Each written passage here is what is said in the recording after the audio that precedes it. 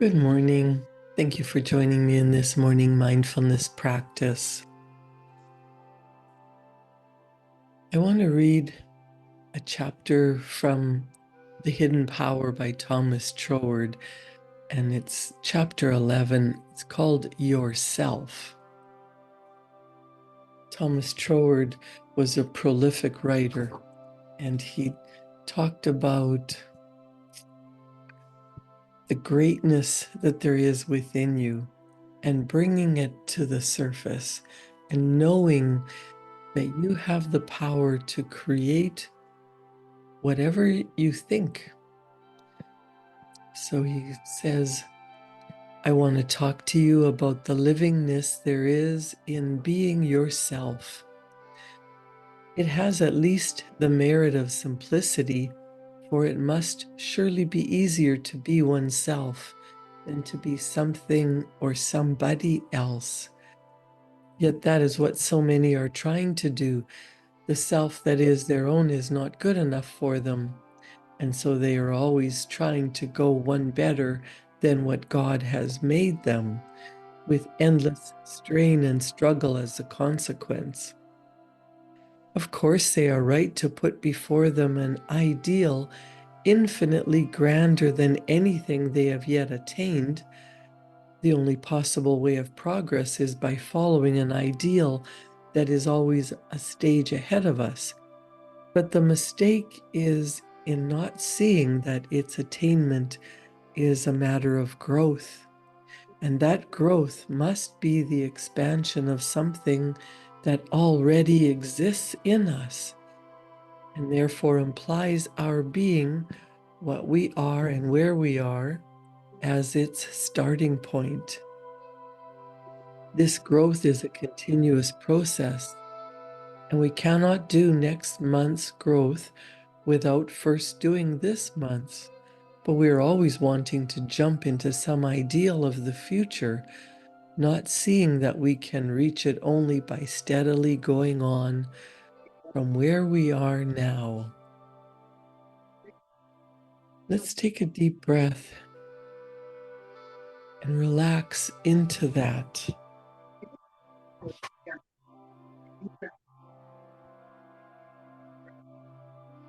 Let's take a deep breath and let go of any I'm not good enough, I should be better, I don't measure up.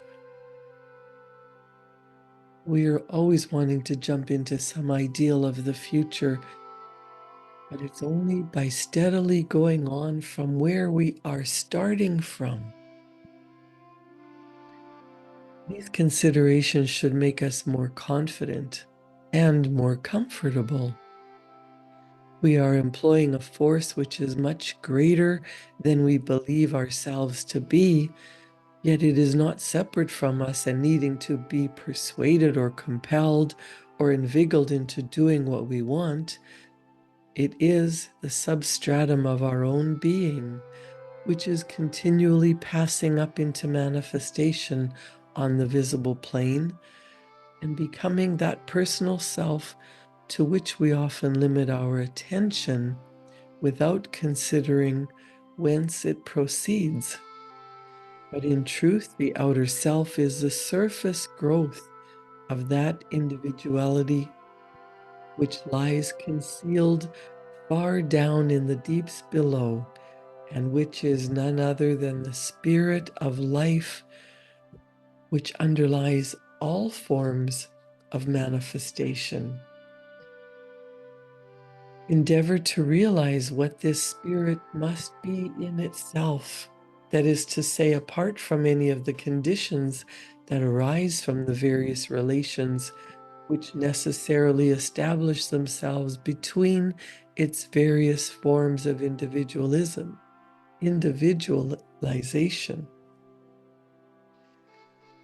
Think about that. Each one of us, me, you, the people that you love, the people that not so much, everyone is an expression of the individualization of spirit. in its homogeneous self, what else can it be but pure life? Essence of life, if you like so to call it. Thomas Troward then says, then realize that as essence of life, it exists in the innermost of every one of its forms of manifestation in as perfect simplicity as any we can attribute to it in our most abstract conceptions. In this light, we see it to be the eternally self-generating power which, to express itself, flows into form. The universal essence of life is a continually becoming into form. And since we are a part of nature, we do not need to go further than ourselves to find the life-giving energy at work with all its powers. Hence, all we have to do is allow it to rise to the surface. We do not have to make it rise any more than the engineer who seeks the bore pipe for an artesian well has to make the water rise in it. The water does that by its own energy, springing as a fountain 100 feet into the air. Just so we shall find a fountain of essence of life ready to spring up in ourselves, inexhaustible and continually increasing in its flow, as one taught long ago to a woman at a wayside well. Let's take a deep breath of essence of life, of spirit, of life-giving breath, and hold it and release.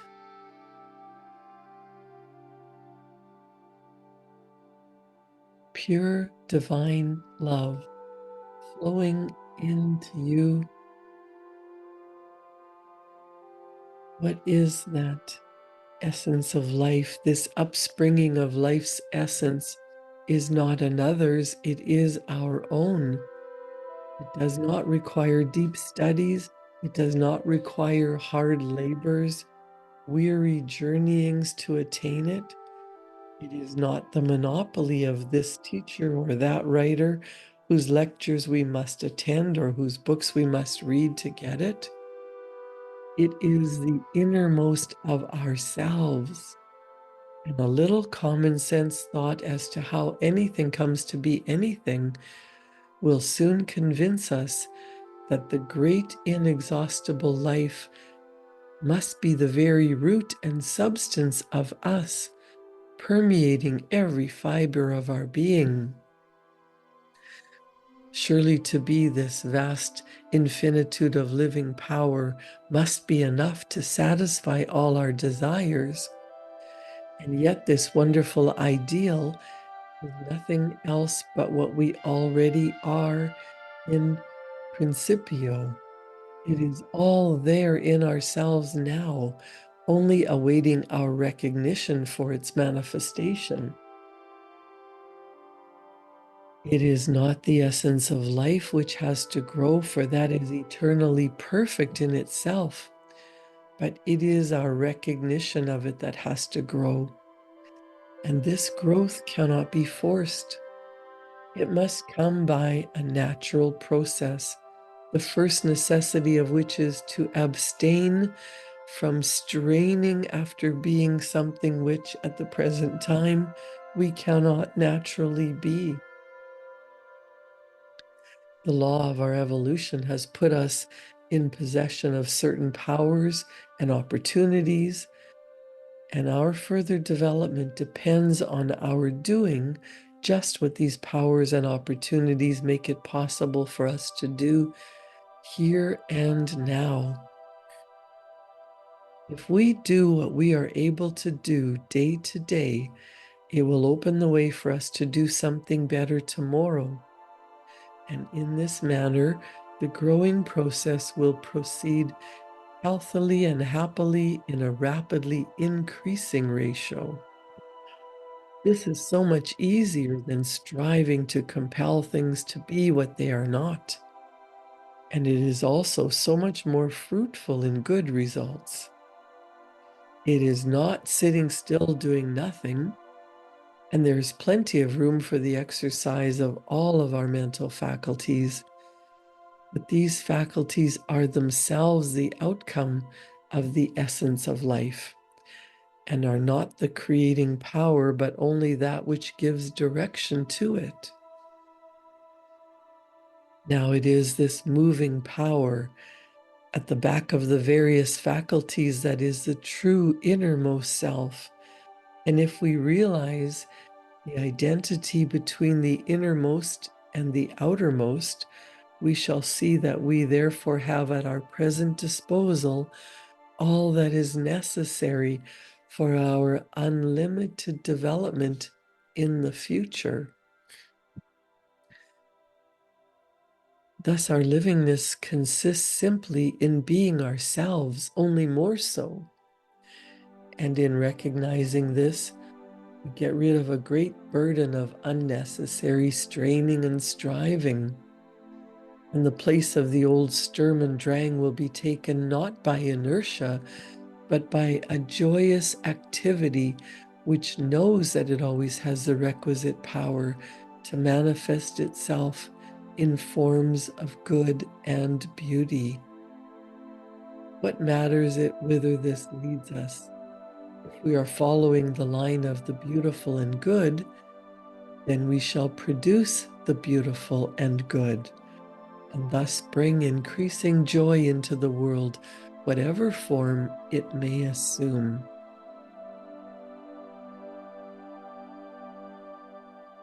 Think about that. If we are following the line of the beautiful and good, then we shall produce the beautiful and the good.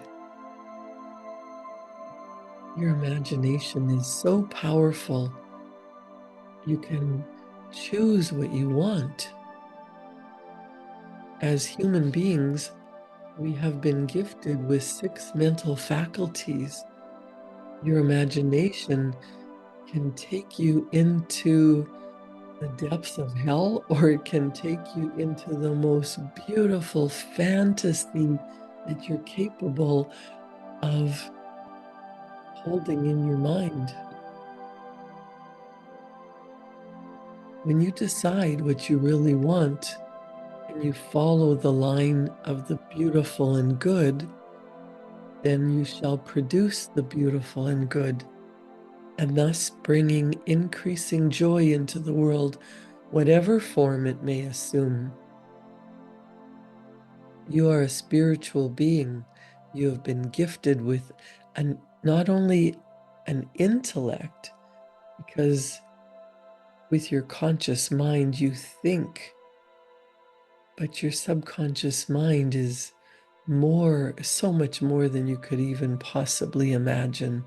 Your subconscious mind controls your body, it controls your behavior, it controls your results. It's been estimated somewhere between 95 and 98% of who you are.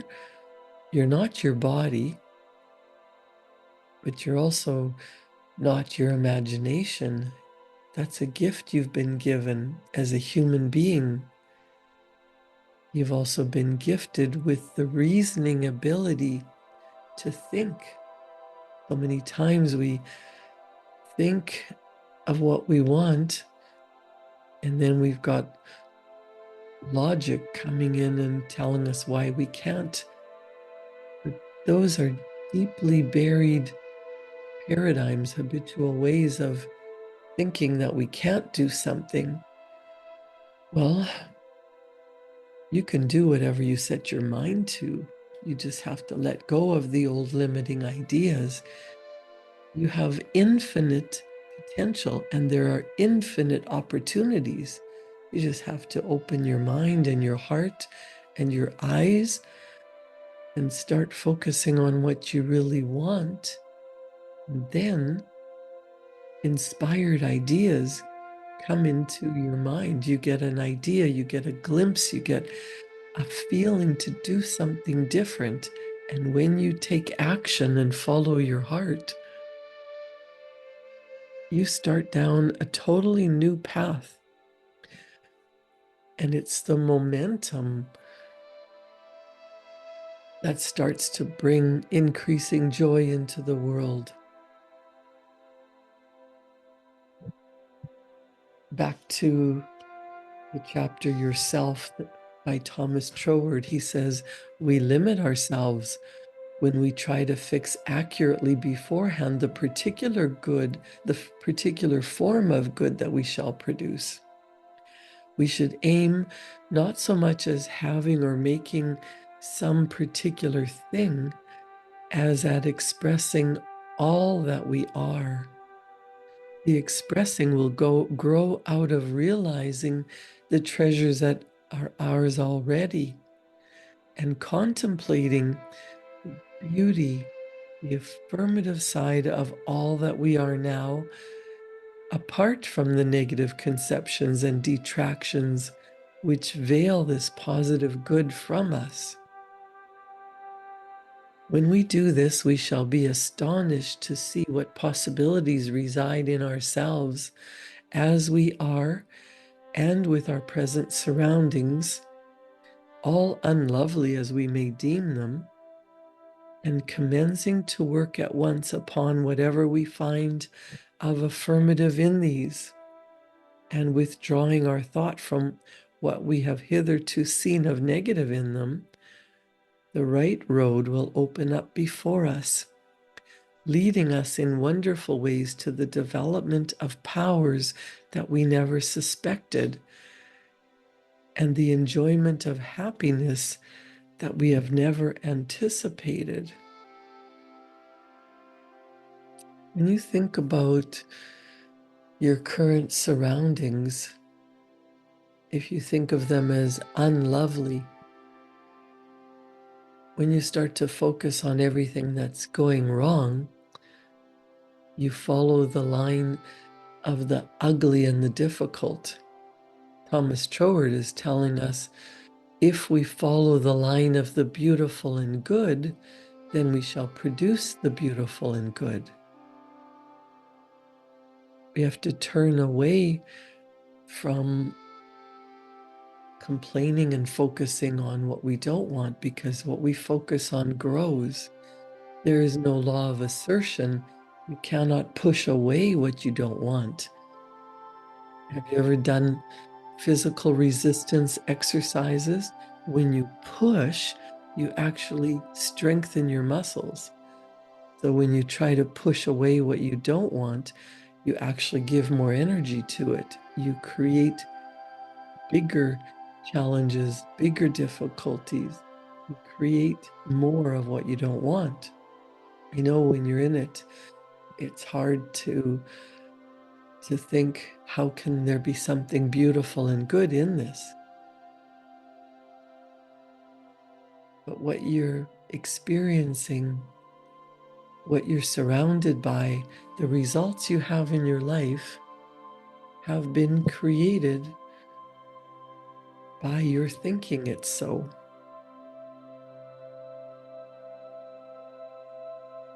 Thomas Troward says, withdrawing our thought from what we have seen of negative in our circumstances, the right road will open up before us.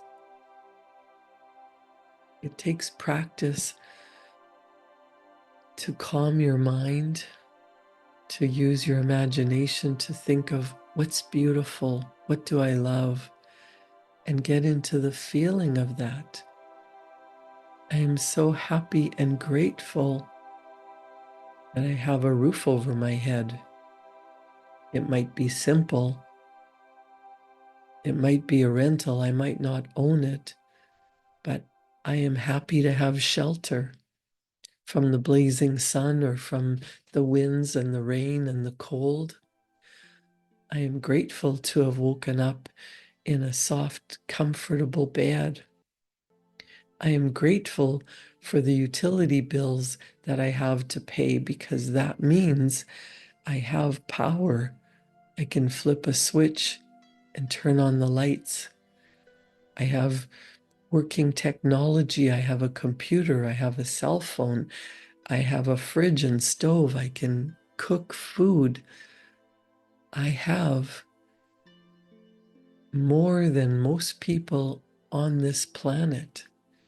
And for that, I am grateful. I am grateful to be living in a free country. I get to choose the work that I do.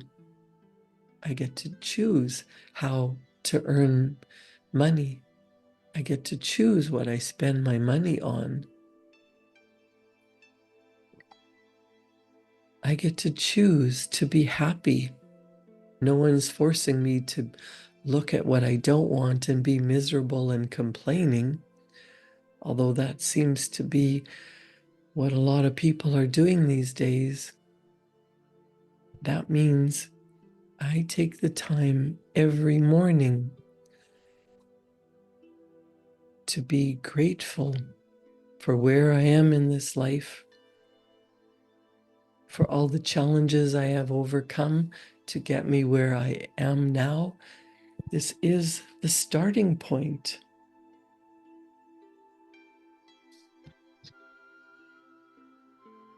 Thomas Troward said, we are right to put before us an ideal infinitely grander than anything that we have yet attained. The only possible way of progress is by following an ideal that is always a stage ahead of us. So you do want to think about what you want, what you desire, but the mistake is in not seeing that its attainment is a matter of growth. And that growth must be the expansion of something that already exists in us, and therefore implies our being what we are and where we are as its starting point. This growth is a continuous process. There was a period of time where you were a newborn baby, an infant, a toddler, a child. There was a time that people told you who you are and what you're capable of. But that was a period of growth and learning how to live in this physical world through your five senses, interpreting the vibrations around you through what you saw, what you heard, what you were able to touch, what you could taste and smell. But that is a tiny fraction of the infinite being that you are.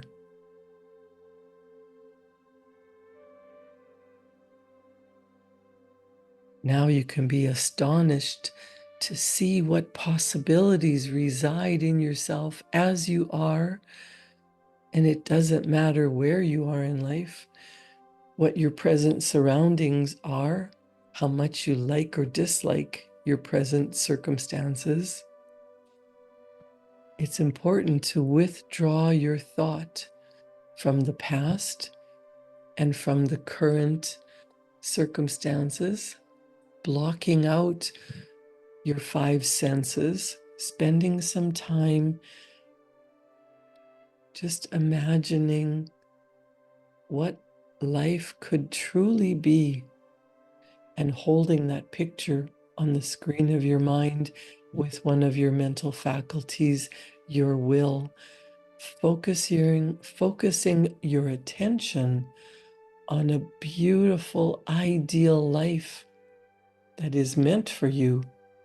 Because whatever is in your mind, in your imagination, in your conscious thinking, it's meant for you. When you plant in your heart the beautiful image and you fall in love with a picture of what you truly desire, you must grow into that. You must overcome challenges and become the person that has that ideal life, that goal. Just like you are no longer a baby, you are no longer a child who has to listen to the whims of other people or the authorities that planted ideas in your head of what you can and cannot do. You now can choose what is it that you truly desire. What you desire is different than what I desire. And the spirit of life is an individualized form in each and every person. What is right for me is different than what is right for you. So create a picture in your mind of your heart's desire. Dwell on that mental picture without putting strenuous effort on your thoughts. Blocking out your 5 senses and using your 6 mental faculties, not only your imagination and your will and your reason, but your perception. You are capable of bringing to life whatever your heart's desire. You just might not know yet how, but it is within you, I promise you.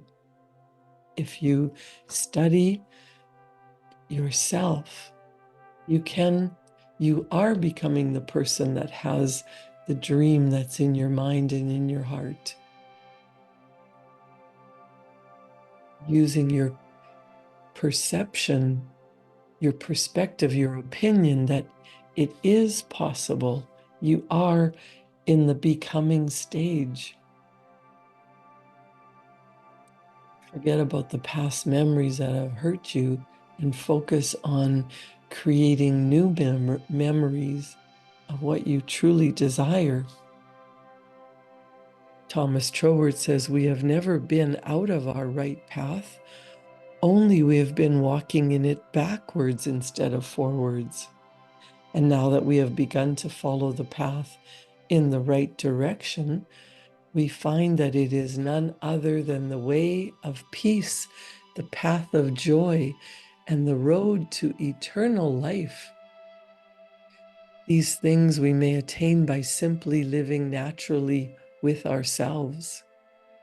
It is because we are trying to be or do something which is not natural to us that we experience weariness and labor, where we should find all our activities joyously concentrated on objects which lead to their own accomplishment by the force of the love that we have for them. But when we make the grand discovery of how to live naturally, we shall find it to be all and more than all that we have ever desired. And our daily life will become a perpetual joy to ourselves, and we shall radiate light and life wherever we go.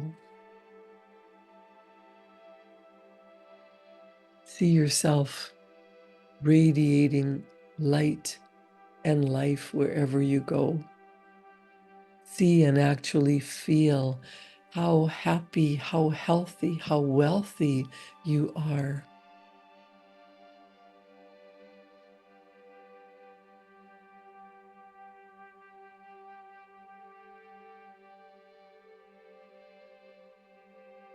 Every physical reality starts out as an idea. Whatever you truly desire, whatever images are in your mind, they are the coming attractions for your life. Write them down. Take the time to write down in the present tense, I am so happy and grateful now that. You might take a deep breath in and spend some time just feeling how wonderful that would feel. Don't think about the absence of it. Feel what it's like to live the life of your dreams. And as you write it out, you'll start to get inspired ideas your higher self, God, your inner guidance system, universal mind, whatever you choose to call it, will start to give you ideas. It might be a whisper, it might be a nudge. Follow your intuition. It knows where you're going. Create a wonderful day. Thank you for joining me in this morning mindfulness practice. For my clients, we're going to be talking about your 6 mental faculties. I'll meet you back here at 9 o'clock and tomorrow morning at 7 for another round of morning mindfulness. Thank you for joining me in this morning mindfulness practice. Create a wonderful day.